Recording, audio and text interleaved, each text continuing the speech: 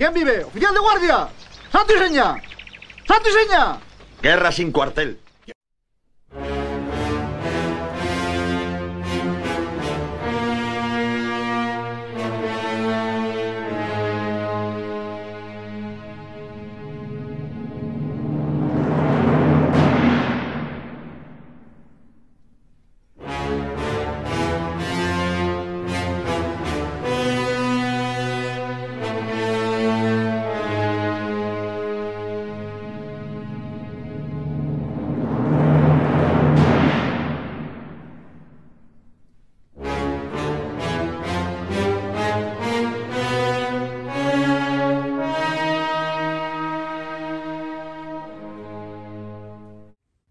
Bienvenidos a Santo y Seña, el canal católico y contrarrevolucionario que pretende, como decía San Pío X, reinstaurar todas las cosas en Cristo.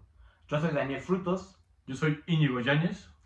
Y el día de hoy queremos retomar, después de muchísimo tiempo, el programa del Eterno Femenino, en el cual abordamos a una serie de literatos que son importantes para la cristiandad y la catolicidad romana.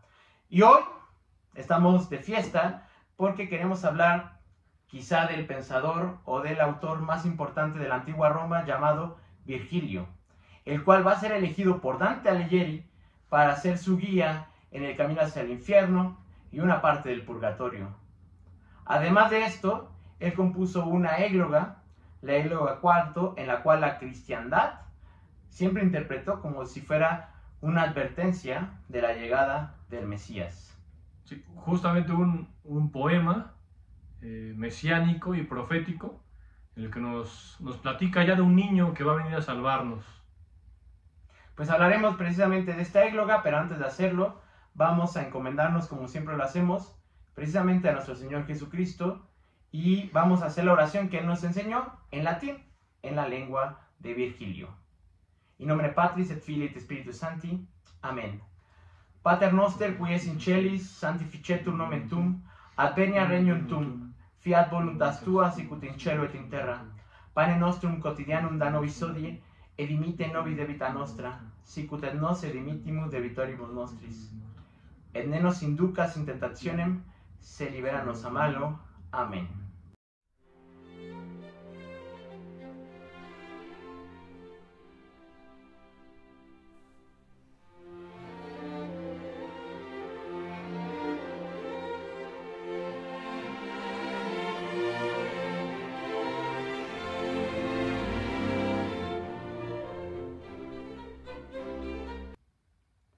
Muy bien, Virgilio, quizá un hombre que para el mundo de la literatura es muy importante, pero quizá para nuestro público no lo es tanto.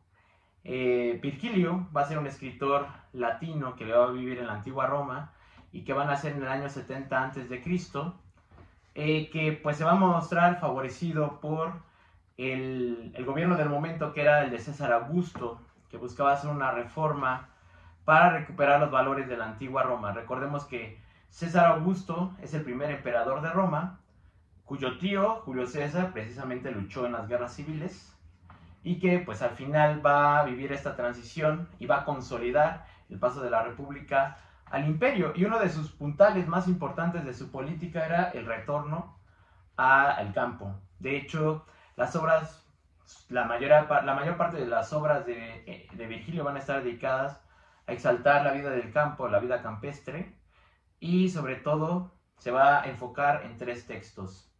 El primero, que lo va a escribir siendo muy joven, a los 30 años aproximadamente, son las Bucólicas, que es una serie de poemas de contenido pastoril que recuperan la tradición de Teócrito, que venía de la antigua Grecia, y que pues se enfocan precisamente en hablar sobre la tierra, sobre el amor de los pastores y otros temas de gran importancia, como el que hablaremos en esta ocasión. Posteriormente va a escribir un texto llamado Las Geórgicas, que para muchos es considerado el texto de mayor madurez, donde da una serie de didácticas o de consejos para trabajar la tierra, el ganado, trabajar los frutos de los árboles. No, y además, por ejemplo, las Geórgicas, no es coincidencia que son 4. Como 4 las estaciones, y nos va narrando qué hay que hacer en cada cosa. Para el ganado, el cuidado de los perros, para la tierra, los árboles frutales, y qué hacer en cada estación. O sea, Para el porque vino. bueno, claro, el olivo y la vid, donde sacamos el aceite de oliva y el vino sabroso. Entonces, hay que recordar que Italia, bueno, lo que hoy conocemos como Italia, empezó en unos reinos campestres. Eran reinos donde el campo era primordial, como en todas las civilizaciones primarias y clásicas de Europa, de África y de Medio Oriente. Entonces él retoma todo eso para enaltecerlo. Porque, bueno, al final hoy en día dependemos del campo y de lo que sembramos y de lo que comemos. Sí, de acuerdo a la historiografía, por ejemplo, recordemos también que Virgilio va a ser patrocinado por un personaje muy famoso del momento, mano derecha de César Augusto, llamado Mecenas. Y de ahí viene obviamente la palabra, ¿no? De ahora hay un mecenas en el Renacimiento y demás ámbitos artísticos, donde hay un mecenas que es el que patrocina al artista para que no le falte nada, ¿no? Sí. En este caso, ahí nace Sí. esa, De hecho, ese término. pues precisamente el texto de las Geórgicas particularmente está dedicado a Mecenas, lo dedica en sus primeros versos, y aquí hay que resaltar algo muy importante. Como les había mencionado, una de las políticas más importantes del primer emperador romano, César Augusto, era recuperar los valores de la antigua Roma que se enfocaban sobre todo en el trabajo del campo, en aquel campesino que cuando era llamado iba a la guerra, pero que inmediatamente regresaba al campo, por ejemplo como Cincinato, que fue dictador unos meses, pero terminado su periodo regresó a ser campesino. Precisamente para el romano era muy importante esta función del agricultor, y pues en la época en que vivió Virgilio, pues la mayoría de los ciudadanos eran pues gente que vivía en Roma y que no sabía nada del campo, de manera que el primer texto, que es las Bucólicas, busca llamarlos, hacerles un llamado para regresar al campo, trabajar las tierras, pero cuando están ahí dicen, ¿y ahora qué hacemos? Si toda nuestra vida no hemos trabajado el campo, ¿cómo lo hacemos? Precisamente las Geórgicas es este texto que pretende dar una serie de instrucciones. Sí, es didáctico, es un manual, didáctico. un manual de qué hacer en Sí. dado caso. En que se basa en Hesiodo. Hesiodo, aquel Exacto, griego. los trabajos y los días de Hesiodo son totalmente. Bueno, al final, Virgilio, esa tradición, primero los griegos y luego ya los latinos, y él rescata para basarse en ellos y para también enaltecer lo que es Roma. Se basa en los griegos y es, como decimos, primero es Trabajos y los días de Hesiodo, primero es Teócrito, y luego ya la égloga, las bucólicas, y luego ya las geórgicas. Bueno, sí, Y obviamente, bueno, más adelante lo mencionaremos, la Odisea de Homero y la Ilíada, y la Eneida, la grande Eneida, ¿no? Obviamente es la herencia griega. Sí, de hecho Virgilio va a retomar todos estos autores precisamente para llevarlos a un culmen de artístico. ¿Cómo lo va a hacer con las Geórgicas? Que en un primer momento puede parecer un texto didáctico para enseñar cómo sembrar y cosechar, tratar el ganado, las abejas, pues otras labores del campo, pero que al final con el arte del artista, del poeta, logra hacerlo algo sublime, un texto sublime. Y pues obviamente no puede faltar el texto épico más importante, que es la Eneida de Virgilio, que es posiblemente el texto más famoso con el que se le reconoce a este autor.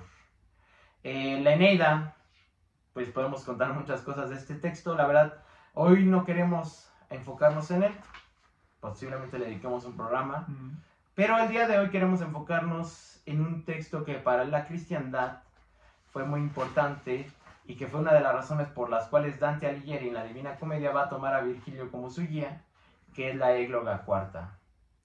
Entonces vamos a enfocarnos particularmente en estas horas, en estos minutos, en este tiempo, el tiempo que sea. Vamos a analizar este texto para ver de qué manera puede llegar a nosotros como católicos en nuestra época y hablarnos precisamente de un tipo de profecía que tuvo Virgilio. Sí, pero vamos a dar unos datos académicos nada más para entrar. Después, bueno, ustedes no lo saben, Daniel sabe latín y griego.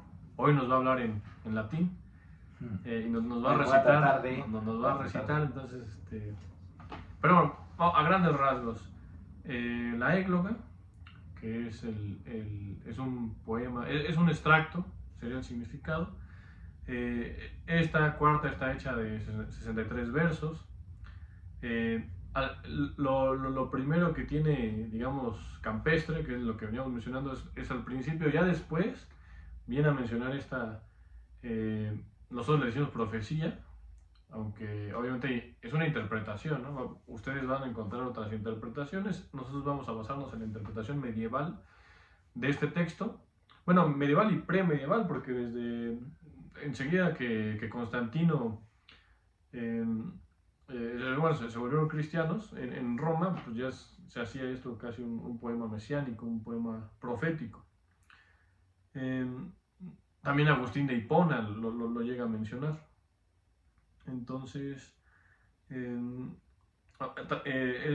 este niño que nos viene a dar una buena nueva, ¿no? de esta paz, obviamente, una paz que siempre, la paz siempre se pretende en cualquier pueblo, en cualquier civilización, ¿no? Eso hay que reconocerlo, pero aquí lo menciona que es un niño el que viene a dar esa buena nueva, ¿no? Para ponerlo en términos bíblicos, o esa edad de oro romana. Entonces vamos lo que vamos a hacer es un ejercicio. Daniel nos va a hacer el favor de leernos en latín, como se debe, y yo en la mejor interpretación que podemos tener, que es la del poeta Fray Luis de León, que creemos que es la mejor versión para nosotros, la mejor traducción. Una opinión. Y hablaremos un poco de la traducción también. Y luego la vamos a comentar. Entonces, bueno, yo solamente quiero agregar que, pues obviamente, si vamos a ser muy estrictos con el campo filológico, pues obviamente va a haber gente que nos va a decir, pues no se está refiriendo al niño que se refiere no era Jesucristo, que pues es el pensamiento de Virgilio está arraigado en el pensamiento pagano de los antiguos latinos. Tienen razón, pero cuando los padres de la iglesia, como San Agustín, como San Jerónimo, leían esta obra, pues sí podemos encontrar ciertas analogías que vamos a mencionar con el Antiguo Testamento, con la llegada del Mesías. Entonces nosotros sobre todo queremos ver la importancia que para la Edad Media, para la cristiandad, tuvo este poema. Entonces voy a proceder, ya que me están obligando a leer en latín, pues voy a tratar de recitar la primera parte. Posteriormente Íñigo me va a hacer el favor de leer la traducción en la versión de Fray Luis de León. Virgilio comienza pidiéndole a las musas de Sicilia. Precisamente las musas de Sicilia son las musas del campo, porque se relacionan con Teócrito, que fue un escritor que inauguró este género pastoril. De hecho, pues las bucólicas es un texto de poemas de pastores, y también pues égloga eran pequeños poemas sobre asuntos campestres. Entonces voy a proceder a la lectura de la siguiente forma. Comienzo. Sice lides muse Paulo majora canamus, non omnis arbusta juvant humilesque mirice, sic animus silvas in consule digne, ultima cumei venit iam carmine setas, magnus ab integro seclorum nascitur ordo, iam redit et virgo redeum Saturnia regna, iam nova progenies cielo demititur alto, tu modo nascenti puero, quo ferrea primum desinet actecto surget gens aurea mundo, casta fave lucina, tus iam regna Apollo. Pues continúa, por favor. ¿Por qué hacemos esto? No es nada más para que Daniel se luzca, porque parece que es eso, pero no. Es para que escuchemos la musicalidad no solamente de latín, sino tenía ciertos ritmos, o sea, él lo estaba leyendo como tenía que ser, porque es un ritmo, otra métrica, otro sonido, en el cual pues obviamente nosotros si leemos algo en latín pues ya ni lo leemos así, pero porque eso es poesía, ¿no? Esto es justo la poesía de los clásicos, de esa herencia greco-latina, cristiana medieval, hispánica, bueno, en el barroco y luego ya hispánico, y luego, o sea, todo eso. Entonces, saborear esa herencia que tenemos. Bueno, ahora voy a leer yo. Égloga 4, Cisélides. Un poco más alcemos nuestro canto, musa, que no conviene a todo oído decir de las humildes ramas tanto. El campo no es de todo recibido, y si cantamos campo, el campo sea, que merezca del cónsul ser oído. La postrimera edad de la Cumea, y la doncella virgen ya es llegada, y la torna el reino de Saturno y Rea. Los siglos tronan de la edad dorada, de nuevo largos años nos envía el cielo y nueva gente en sí engendrada.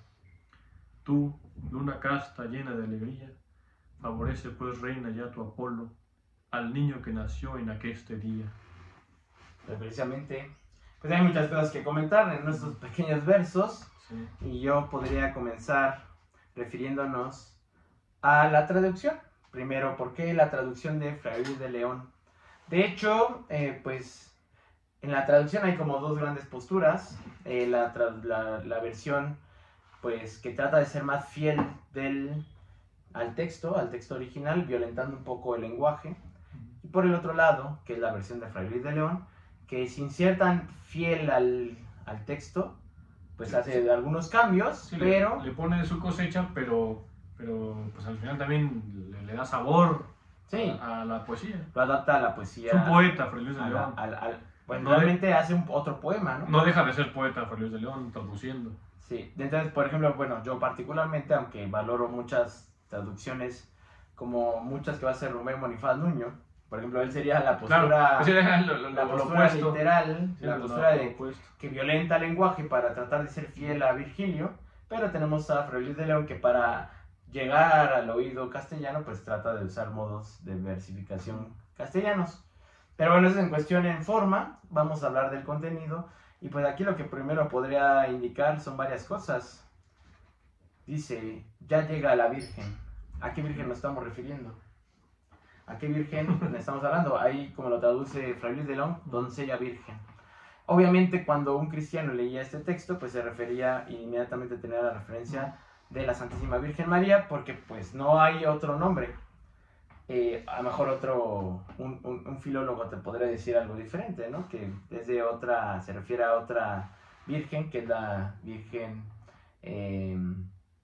Artrea, que pues vivió con nosotros en la Edad Dorada, pero que por los crímenes del hombre decidió regresar al cielo, y que, cuenta el poeta, con la llegada de este niño va a retornar esta virgen. También habla de otra referencia, la Sibila de Cumas, que va a ser muy importante, no solamente va a aparecer en este poema, sino que va a aparecer también, por ejemplo, en las crónicas, o va a aparecer en la misma Eneida, trayendo como una profecía acerca de la llegada, del retorno de una edad dorada. ¿Qué nos puedes contar, Íñigo, acerca de esta profecía? No, y la Sibila es la que es una sacerdotisa, ¿no? de Apolo. Sí, es Apolo. Una sacerdotisa. Entonces, al final hacen referencia no solamente a Virgilio, sino después de Virgilio y en la Edad Media y posterior en la Edad Media, ya en la Edad Moderna del siglo XX. Por ejemplo, T.S. Eliot habla de la Sibila, no en el mismo contexto, pero o sea, es un digamos, es un símbolo, un paradigma en la literatura. Así es. La Sibila de Cumas. Sí, de hecho, bueno, cuando Eneas llega a Italia, tiene que hacer el recorrido un poco movido por los espíritus de su padre para llegar a la Sibila y que pueda acceder al inframundo para ver la gloria de Roma, que bueno, hablaremos en otro instante. Pero aquí es importante que Virgilio tiene una fascinación muy importante con esta Sibila de Cumas, que como tú bien dices era una profetisa de Apolo. Sí, obviamente aquí utilizamos utiliza Virgilio toda esa, y creo yo, y eso ya es mi opinión, que toda esta mitología obviamente tiene un sentido, ¿no? Ellos no creerían en que si hay una Sibila o si hay Apolo, no, o sea, pero para el mito, el mito o la belleza del mito, daba una significación o más bien daba un significado de la belleza, de la realidad, o simplemente de la belleza, de explicando el mundo. Que eso, bueno, es un tema aparte, pero o sea, esa concepción del mito que hoy el mito pues, es sinónimo de, no sé, es algo mitológico, que es que no pasó, bueno. Es algo falso. Es algo falso, ¿no? Pero antes también era falso, ¿no? No había dioses ahí teniendo relaciones con los humanos antes, pero se daba una significación y era parte de la concepción del griego y después del latino, pero porque servía para dar sentido y para dar una explicación de cualquier cosa, en este caso de un niño que nos va a venir a dar paz. Sí, muy bien. No, pues de hecho todo, o sea, en esa época el mito estaba arraigado en la gente. Ellos realmente concebían que, si bien, como tú lo dices, ya para la época de Virgilio la gente ya había asimilado ciertas doctrinas, como por ejemplo el epicureísmo, que de hecho Virgilio va a ser uno de sus principales, bueno, en un primer momento va a ser Virgilio uno de sus principales seguidores, aunque después vamos a ver en la Eneida cómo va a dar un vuelco completamente contrario hacia un tipo de religión antigua, hacia la tradición, que por eso es un autor que nos gusta y lo traemos aquí. Pero ya la gente, sobre todo después de haber vivido 3 guerras civiles, pues obviamente como que ya no tiene tanta confianza en estos mitos o en la religión antigua. Pero aún a pesar de eso, también existía este amor a la mitología como un símbolo de la explicación de ciertos fenómenos humanos. Y precisamente aquí, pues el poeta está utilizando varios símbolos de la Edad de Oro. Por ejemplo, está hablando de los reinos de Saturno. Recordemos que Saturno es ese dios, padre de Zeus, que instauró la Edad de Oro, el primer momento en la Tierra, en los tiempos de los humanos. Tenemos también a la diosa Luchina, que no es más que Diana, la diosa cazadora del campo, que pues es partera y que precisamente la nombra porque va a parir o va a ayudar a alumbrar algo, ¿no? Venga a la luz este niño. Apolo, el dios de la poesía, de la profecía. Entonces, bueno, podemos hablar de mucha consideración acerca del tema del mito, pero me gustaría, Íñigo, concentrarnos en este niño. ¿Quién fue este niño? Y si realmente, como lo interpretaron los hombres de la Edad Media, podemos hablar que es nuestro Señor Jesucristo. ¿Qué piensas? ¿Tú piensas que sí? Bueno, no importa que sea lo que yo pienso. Bueno, pero...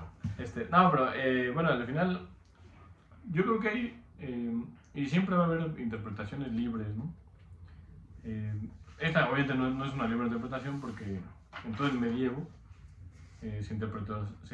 la tradición o sea, ha interpretado este texto como si fuera nuestro Señor Jesucristo. Ahora, al final, digamos, profetas paganos, pues, en el Antiguo Testamento, pues todos éramos paganos, ¿no? Todos éramos...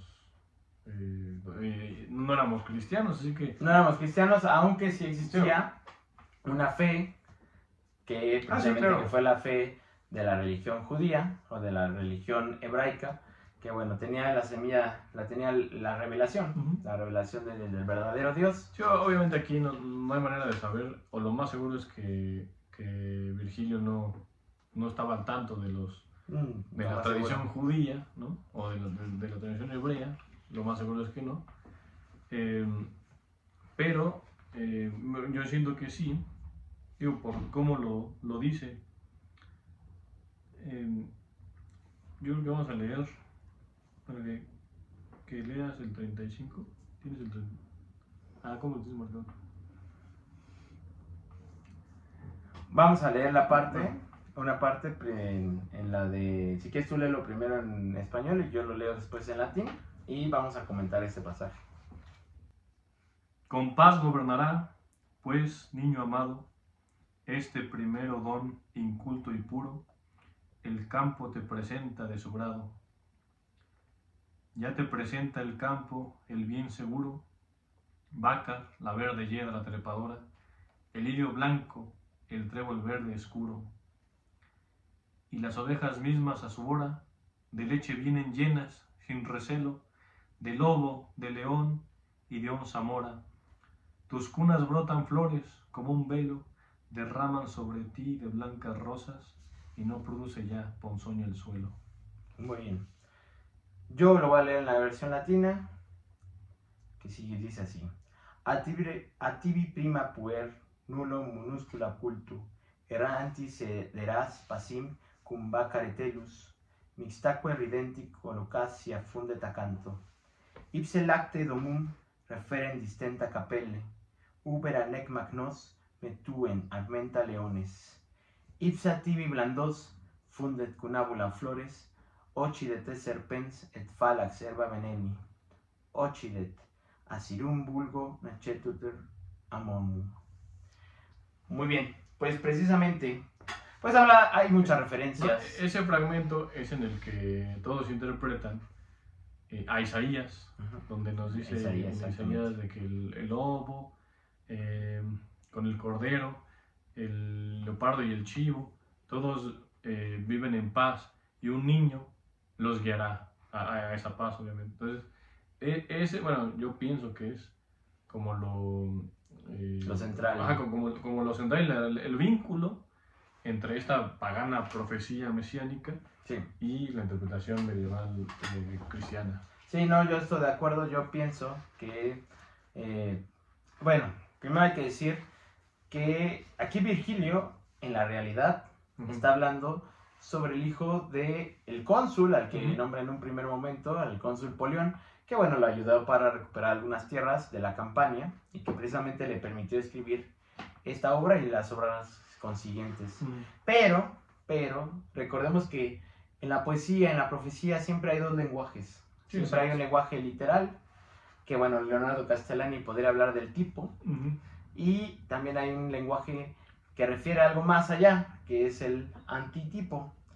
Entonces aquí el poema fácilmente nos puede hablar, sí, de un niño que van a ser de un cónsul y que de manera que Virgilio le está hablando pues como una exaltación a ese niño en agradecimiento a un cónsul determinado, pero también mediante el antitipo podríamos hablar que está refiriéndose más allá a un niño que a lo mejor él no conoció, pero que por muchas de las referencias que tú mencionas, como que las ovejas o las cabras llenas de leche van a convivir con los leones, que es una imagen mesiánica del Antiguo Testamento por Isaías, pues claro, es evidente que sí podría haber verosimilitud en el hecho de poder conjuntar esta profecía pagana con la profecía mesiánica. No, y bueno, y volviendo a esta doble lectura que siempre hay que hacer, sobre todo en los místicos, y tomando a Fray Luis de León en su versión del Cantar de los Cantares, pues obviamente ahí es, bueno, lo que dice Fray Luis de León es que el Cantar de los Cantares es un poema místico. Y bueno, está en la Biblia, pero es algo místico. No está hablando de dos personas si tienen algún encuentro cercano, íntimo, sino es el misticismo del que después Santa Teresa o San Juan de la Cruz también hablan de una persona que tiene un encuentro con otra, pero no, o sea, realmente es el misticismo de Dios con el, bueno, de un ser humano con Dios y a partir del amor, ¿no? Entonces aquí, bueno, creo que, obviamente aquí esto no es místico, es profético. Bueno, en nuestra interpretación sería profético, pero creo que sí se puede dar esa doble lectura. O sea, creo que no está descabellado. No, totalmente. Aún ahorita en el 2023.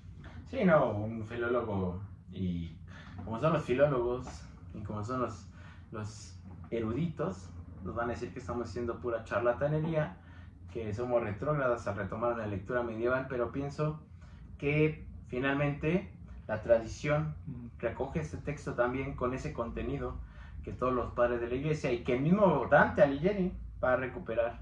Exacto. En su obra, por eso lo escoge como su gran guía, no solamente por esta ocasión de la predicción de un supuesto niño que va a traer la paz, sino también, pues también de Eneas que baja al infierno. Pero bueno, creo que en este tema es algo que nos rebasa, es algo que cuyas conjeturas pues nos pueden llevar a asuntos que no nos corresponden porque no somos teólogos. Entonces vamos a tratar de concluir en este poema, invitándolos obviamente a su lectura. Nosotros únicamente tenemos la pretensión de que conozcan este texto para animarlos a leer, particularmente la égloga 4. Hay muchas otras églogas muy interesantes que el lector puede hacer, como la égloga sexta, que habla de el sileno, que habla de varios textos, bueno, que el sileno lleno de vino, el vino que es esta sustancia que te lleva a éxtasis poéticos y que empieza a narrar varios mitos, o que podemos hablar también de otras églogas como la primera, donde habla sobre cómo a los varios campesinos se les despojó de sus tierras. Pero bueno, creo que esta égloga es más que suficiente para dar un panorama de la obra de las bucólicas y en general para una introducción a Virgilio. De manera que, bueno, vamos a concluir este programa y vamos a leer los últimos versos que precisamente hablan sobre Orfeo, sobre Calíope, Apolo, la Arcadia y Pan. Voy a recitarlo como lo hemos hecho yo en latín y posteriormente nuestro compañero Íñigo lo hará en la versión grandilocuente de Fray Luis de León. Non me carminibus vincat ne tracius Orfeus, nec Linus iuc mater, quam bis atque ut pater atsit. Orfe Caliopea lino formosus Apollo, pane tiam Arcadia mecum si judice cerset. Pane tiam Arcadia dicat sed judice victum, incipe parve puer risu cognoscere matrem. Matri longa decem tulerum fastidia menses, incipe parve puer, qui non riseret parenti. Nec Deus ut mensa, dea nec dignata cubilest.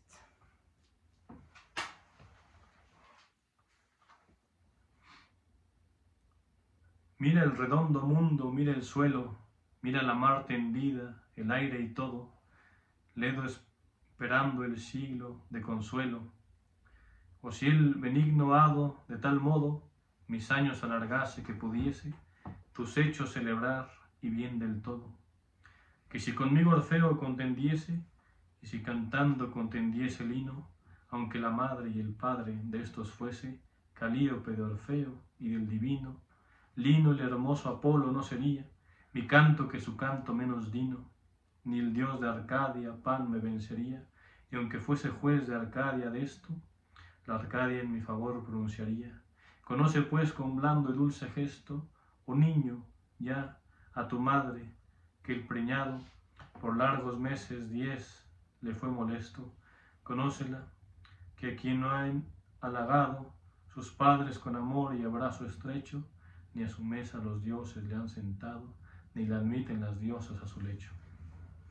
Pues no hay más que decir. Aquí Virgilio lo que nos hace es, está compitiendo con los mismos dioses. ¿Quiénes son? Orfeo, Lino, hijos de Apolo, inspirado por la musa Calíope, la diosa de la poesía épica, de las 7 musas de la antigua Grecia, con el mismo Pan, que tocaba la flauta pastoril, en un lugar llamado Arcadia. Y todo este mundo de fantasía lo envuelve precisamente para darnos a conocer una profecía que va a resonar, como lo dice el poema, en los tiempos venideros. Cuando llegue la cristiandad va a asumir a Virgilio como su poeta, y por lo tanto nosotros asumimos a Virgilio como también nuestro poeta, como una inspiración. Yo particularmente puedo decirles que Virgilio es uno de esos poetas que me introdujo en el amor a la literatura.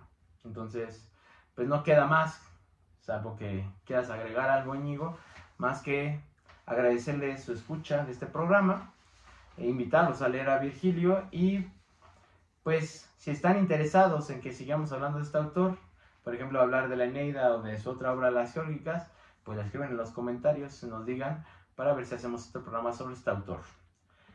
Vamos a terminar agradeciéndole a Dios. No sé si quieres decir algo más. Voy a terminar con un soneto de un autor no conocido, en la versión de Gregorio Hernández de Velasco, de la traducción de la Eneida, para que sea un puente entre esta introducción, una invitación, un preámbulo, para después conducirnos a la Eneida y saborear por qué Dante lo escoge como su acompañante. 16 siglos ha revuelto el cielo, después que con dulcísima armonía el mantuano títiro hacía resonar su amarili al tusco suelo. Mincio, encantado en tierno y dulce hielo, sus ondas reparaba y detenía, tras sí las fieras y árboles traía, a las aves hacía olvidar su vuelo. Después que la ilustre alma, desatada de la mortal prisión, volvió a su esfera, fue en su zampoña aquesta letra hallada. Pastor sacro de Anfriso, España espera, uno a quien justamente he de ser dada de al Tajo y hallarle haz en su ribera.